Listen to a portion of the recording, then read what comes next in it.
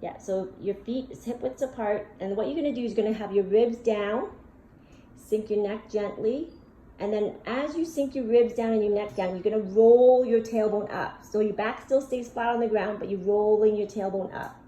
And then you lift your tailbone, and then you lift one vertebrae at a time until you can't lift anymore. But your tailbone is under, okay? So your back is, yeah. So you feel your glutes working it. And so your belly button goes up and in, and your rib goes down towards the ground. That's it. So you should really feel your glutes fire. And then you slowly lower your back down one vertebrae at a time. So your ribs comes down first, and then your vertebrae, one vertebrae at a time. Yep. And make sure that your knees are lined up with your hips. Don't let them splay out. Yep. And you'll know you're doing it right because you'll feel more stretching or pulling in your knees.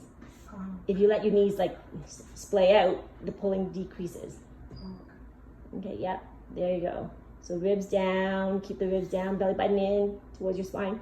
So you're lifting up through your hips. So you're extending your hips. You're not extending your back. And then slowly down, one vertebrae at a time.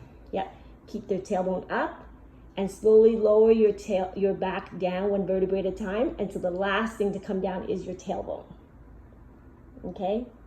And so when you're going up, the first thing to go up is your tailbone, and then the rest of the vertebrae one at a time. Okay. Then when you come down, it's the top vertebrae slowly lowering down.